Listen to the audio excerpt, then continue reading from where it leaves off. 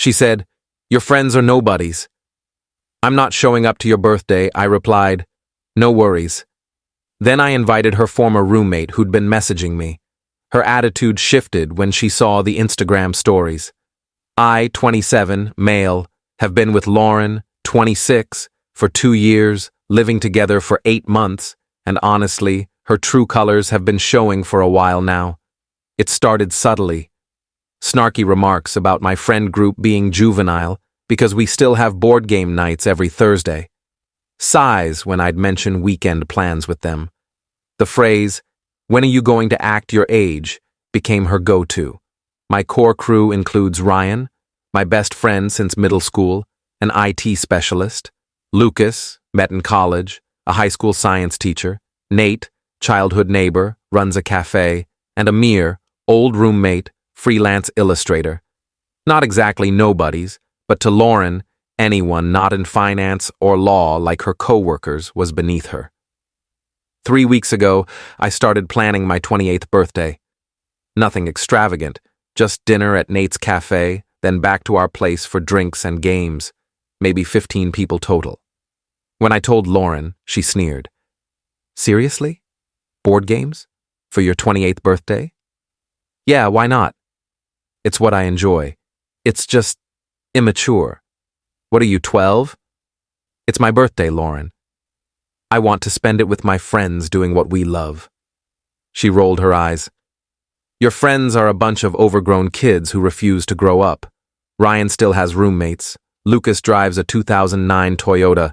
They're nobodies, and spending your birthday playing Monopoly or whatever is sad." That hurt, but what came next was worse. "I'm not coming," she declared. "I have a work thing that night anyway, but even if I didn't, I wouldn't waste my evening watching grown men roll dice." "You have a work thing on my birthday? That you're just mentioning now?" "It's networking. Something you'd get if you had real goals instead of wasting time with those nobodies." I stared at her. 2 years. 2 years of her slowly undermining my friendships, making snide remarks, trying to mold me into her idea of what a man should be. "No worries," I said calmly. "Enjoy your networking." She seemed surprised I didn't argue, but shrugged it off. Here's the thing, though. About a month ago, her former roommate Ellie started texting me. Nothing inappropriate at first, just, "Hey, how's the apartment?" And, "Is Lauren still leaving dishes out for days?" Turns out, Lauren had been a terrible roommate. Ellie had stories, so many stories. And over the past few weeks, as Lauren's mask slipped further, Ellie and I texted more. Still nothing inappropriate, but definitely friendly. Maybe a bit flirty. So when Lauren announced she was skipping my birthday, I made a choice. Update 1. I texted Ellie, "Hey, having a birthday dinner Saturday. Lauren's not coming, has a work thing. Want to join? Fair warning, we're all nobodies who play board games." She replied instantly, "El Mao, she's still on that? I'm totally in. Can't wait to meet these epic nobodies." The birthday arrived. Lauren left at 5 p.m. in her business attire, giving me a quick kiss like she was doing me a favor. "Don't stay up too late with your little games." Dinner at Nate's cafe was perfect. He'd reserved a private area, made all my favorite dishes. My friends were there, plus a few others, and Ellie. She blended in immediately, laughing at Lucas's awful puns, talking art with Amir, even joining our ongoing inside jokes, like she'd always been part of the group. She wore a simple sundress, nothing fancy, but she looked joyful, genuine, everything Lauren hadn't been in months. Ryan pulled me aside. "Dude, isn't that Lauren's old roommate?" "Yup." "And Lauren's not here?" "Work thing." He smirked. "Sure, work thing." We headed to my place for games and drinks. Ellie crushed us at code names, teamed up with me for wavelength, and when we played Telestrations, her drawings had everyone in stitches. Around 11 p.m., people started posting Instagram stories, normal stuff, the cake Nate made, group photos, videos of us laughing at Pictionary fails. Ellie posted a selfie with me and Nate, both of us holding drinks. Caption, "Birthday guy knows how to throw a party." My phone started buzzing. Lauren. Who the hell is that girl? Why is she at our apartment? Is that Ellie? Call me now. I ignored them all. We played until 2 a.m. When everyone left, Ellie hugged me goodbye. This was the most fun I've had in ages. Your friends are awesome, but they're nobodies, I teased. She rolled her eyes. Lauren's clueless. Happy birthday. She kissed my cheek and left. I was cleaning up when Lauren stormed in at 2:30 a.m., makeup smudged, clearly drunk. What the hell was Ellie doing here? I invited her to my birthday. You know, the one you couldn't make? You invited my ex-roommate to spite me? I invited a friend who actually wanted to celebrate with me.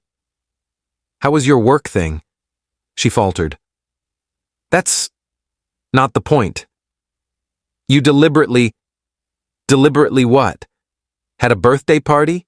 Made sure someone showed up since my girlfriend thought I was too pathetic to celebrate with? You're trying to get back at me? No, Lauren. I'm just living my life with my nobody friends, who, by the way, all showed up, unlike you.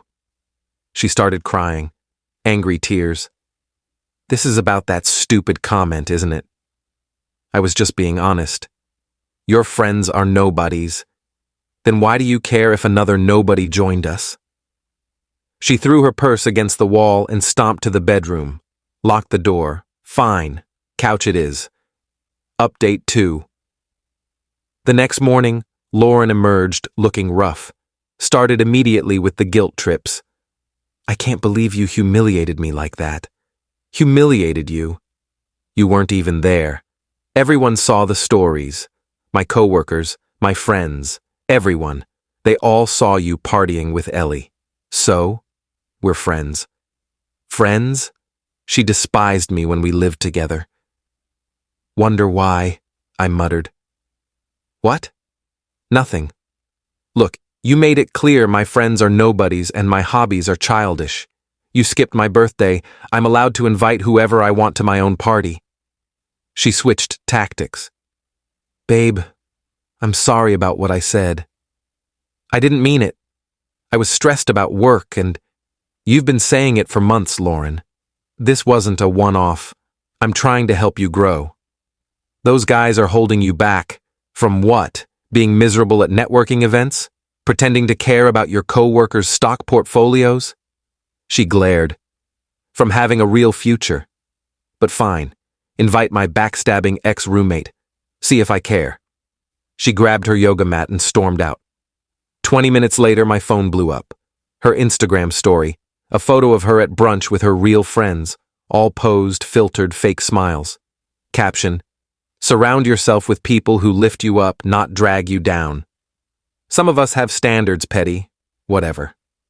Then Ellie texted, Lamau, saw her post?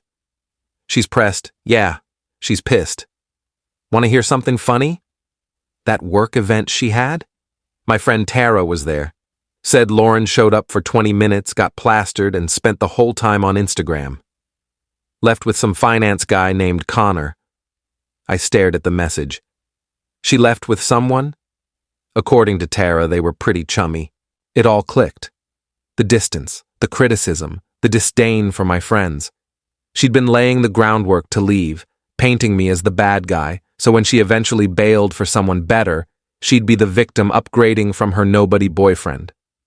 Thanks for the heads up. You okay? Actually? Yeah, it all makes sense now. That night, Lauren came home late, acting like nothing happened.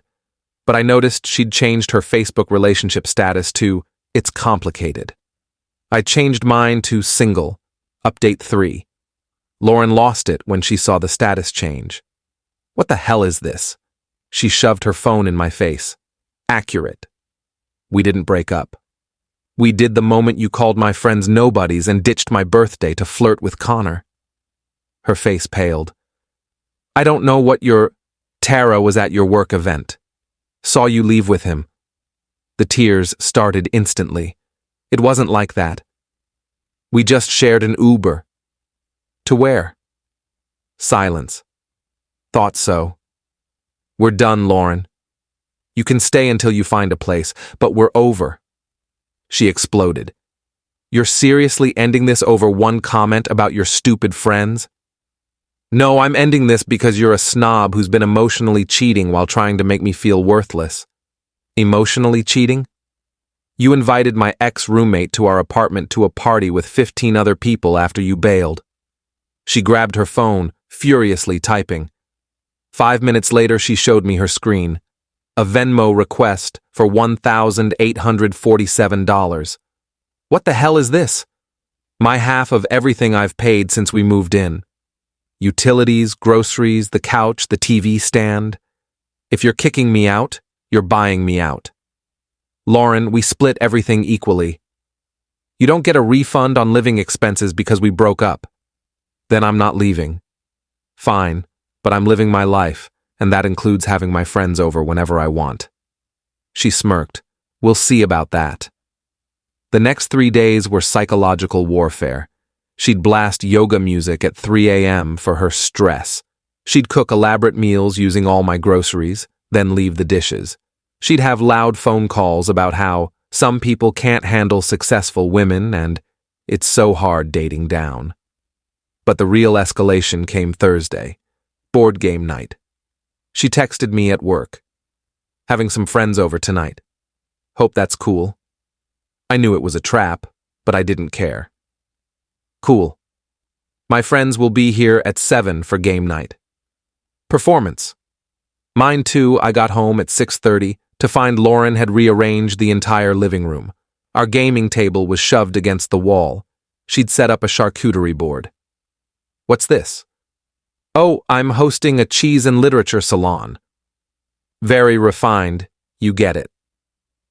7 of her most insufferable friends arrived at 7.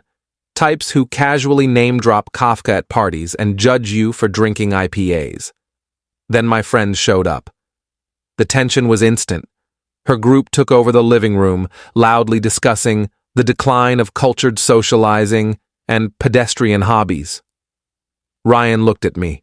I shrugged. Bedroom? We moved our game to my room. Could still hear Lauren's crew fake laughing, making pointed comments loud enough for us to hear. Some people never move past college. It's kind of sad, the stunted growth. My ex was into video games. Thank God I leveled up. Then Ellie arrived. I'd invited her to game night, forgot to warn her about the situation. She took one look, walked past Lauren's group, and joined us. This reminds me of when she'd host business mixers at 2 a.m. during finals. Lauren appeared in the doorway. Ellie, what a surprise. Hey, Lauren. Still pretentious, I see. Still bitter about being a failed poet, I see.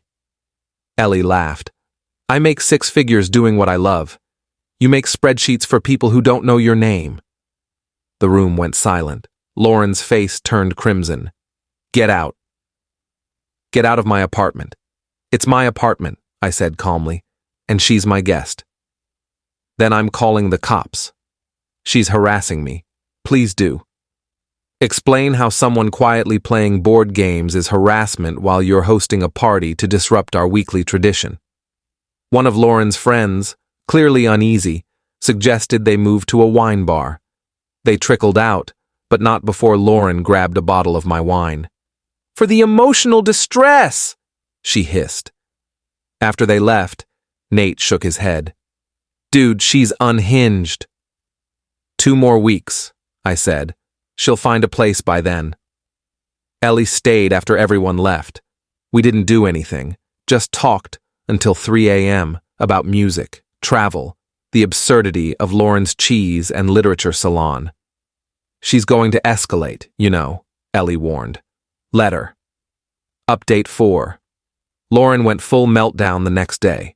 First, she called my mom, claiming I was having an affair with her ex-roommate, that I'd become cruel and unstable, that she was worried about my mental health. Mom called me, confused. Lauren says you're having a breakdown? No, Mom. I broke up with her and she's mad. Oh, thank God. I never liked her anyway. Too much perfume. Then Lauren tried my employer, sent an email to HR claiming I was creating a hostile living environment, impacting her ability to work from home. HR forwarded it to me with a note. This seems personal, but we wanted you to know. My manager pulled me aside. Everything okay? Ex-girlfriend won't move out. It's getting weird. Been there. Take a personal day if you need it. But Saturday was when she really lost it. I was at the farmer's market with Ellie, not a date, just coffee and browsing. Lauren's friend spotted us and immediately reported back. My phone blew up. Not texts. She started calling my friends. Ryan, dude, Lauren just called me crying, saying you're abusing her. Lucas, your ex offered me $500 to convince you to take her back. Nate, Lauren's at my cafe demanding I ban you so she can eat here in peace. She DM'd my girlfriend saying you're cheating. Joke's on her, we broke up last month. Then the social media campaign kicked off, not naming me directly, but obvious enough, when you realize he was never good enough anyway. Upgrading from boys who play with toys to men with real careers. Some people peak in high school and it shows. Each post tagged with places I'd been that week. The gym, my favorite cafe, even the farmer's market. Her friends piled on, you deserve so much better. His loss, babe. Level up, queen. Then she made a critical error. She posted a photo of my apartment, where she's not on the lease. Caption, gonna miss this view, but excited for my next chapter. Know any good realtors? Implying she was choosing to leave, making it seem mutual. I commented, lease is in my name only. You were asked to leave 2 weeks ago after cheating. Please be out by Friday as requested. She deleted it, but not before dozens saw it. Screenshots spread. Ellie sent me one with laughing emojis. She's scrambling! Lauren came home that night in a fury. How dare you? How dare I what? Tell the truth. You're ruining my reputation. You're ruining your own reputation. I'm just not helping you lie anymore. She threw a mug at the wall. It shattered. That's coming out of your security deposit, I said calmly. I didn't pay a security deposit. This isn't even my apartment. Exactly. She realized what she'd admitted and screamed. Actually screamed. Then locked herself in the bathroom for 2 hours, posting increasingly erratic stories about toxic masculinity and narcissistic abuse. Update 5. Sunday morning, 1 week until she had to be out. Woke up to find Lauren in the kitchen with Connor, the finance guy from her work event. Morning, she said sweetly. Connor stayed over. Hope that's cool. Connor looked uneasy. Hey man, sorry about this. You know she's moving out Friday, right? His eyes widened. You said you owned this place, he told Lauren. We own it together, she lied smoothly. I pulled up the lease on my phone, showed him. Nope, just me. She's been asked to leave. Connor looked between us. Lauren, what the hell? He's lying. Baby, don't listen to him. The lease is right there. She started crying. You're really gonna believe him over me? Connor grabbed his coat. I'm not doing this. You said you were single, living alone, had your life together. This is crazy. He left. Lauren turned on me. You ruined everything. You ruined everything when you brought him to my apartment. She picked up the blender. I bought this. Cool. Take it. She seemed shocked. I didn't argue. Started grabbing random items. This too, and this. If you paid for it, take it. She grabbed the bath mat, the dish soap, even tried to take light bulbs she claimed she bought. You're pathetic, she spat. I'm single. And happy about it. Monday, she escalated further. Changed the Hulu password, her account, removed me from her Apple Music share, then tried to get me banned from the gym we both used by claiming I was stalking her. The gym manager, who I've known for 3 years, called me. Hey, your ex is saying you're following her around? I haven't been there since Thursday. That's what our key card system shows. I'm asking her to find a different gym. She was banned instead. Glorious. Tuesday, she brought her mom over. This woman was Lauren 2.0, but worse. You're a nobody, her mom declared. My daughter deserves better than some man-child who plays games. Then she should be thrilled to leave Friday. She's not going anywhere until you compensate her for emotional damages. Emotional damages? You cheated with that tramp roommate. Ellie, who'd been dropping off coffee, walked in at that moment. Hi, Mrs. Harper. Still wearing those MLM yoga pants that gave everyone a rash? Lauren's mom turned purple. You little... Careful, Ellie said cheerfully. Defamation's a crime. Ask your daughter about the cease and desist her last ex sent. They left soon after, but not before Lauren's mom proclaimed I'd die alone with my nobody friends. Beats dying surrounded by people who secretly despise me, I called after her. Wednesday, desperation hit. Lauren tried to seduce me, wearing lingerie I'd bought her for Valentine's Day. Remember this? Yup, looks better on you than on my floor where you left it for a week. We could work this out. I could forgive you for Ellie. There's nothing to forgive. We're not together. We're so good together. Were we? When? When you called my friends nobodies? When you skipped my birthday? When you brought Connor here? She started crying. Real tears this time. I don't have anywhere to go. You have 6 figures in savings, Lauren. You showed me the statements last month while bragging about it. But I don't want to waste money on a hotel. Not my problem anymore. Thursday night, the final meltdown. I came home to find she'd invited 20 people over for a farewell party. My apartment was packed with strangers. What is this? Closure party, she announced, clearly drunk. Since you're evicting me, I'm saying goodbye properly. I surveyed the damage. Red wine on my carpet, someone vaping on my balcony, lease violation, music blaring, noise violation. I texted my landlord, who lives in the building. He was up in 5 minutes. Everyone out now, or I'm calling the police. Lauren tried to argue. I live here. No, you don't. You're a guest who's overstayed. Out. The party cleared out. The landlord looked at me. She's gone tomorrow? First thing. Good. Clean the carpet, and we'll forget this happened. Lauren slumped on the couch, mascara streaming. You've ruined my life. No, you ruined your own life by being a snob who thought she could do better. Turns out, people don't like mean girls after college. Final update. Friday, moving day. Lauren promised to be out by noon. At 11:45, she was still packing, moving at a glacial pace. I need more time. Uber XL is outside. Load up or leave it behind. She tried to take the TV. I paid half. Receipts in my email. I paid fully. Nice try. She tried to take my cast iron skillet. This was mine. You don't even cook, Lauren. Finally, she stood at the door with her boxes. You're going to regret this. When you're 40, still playing your dumb games with your nobody friends, you'll think about what you lost. What I lost was 180 pounds of dead weight who convinced me I wasn't good enough. I'll take the games and friends. Thanks. She tried one last manipulation. Ellie's just using you to get back at me. Ellie's been nothing but kind, unlike you. We were together for 2 years, and you spent the last 6 months making me feel worthless.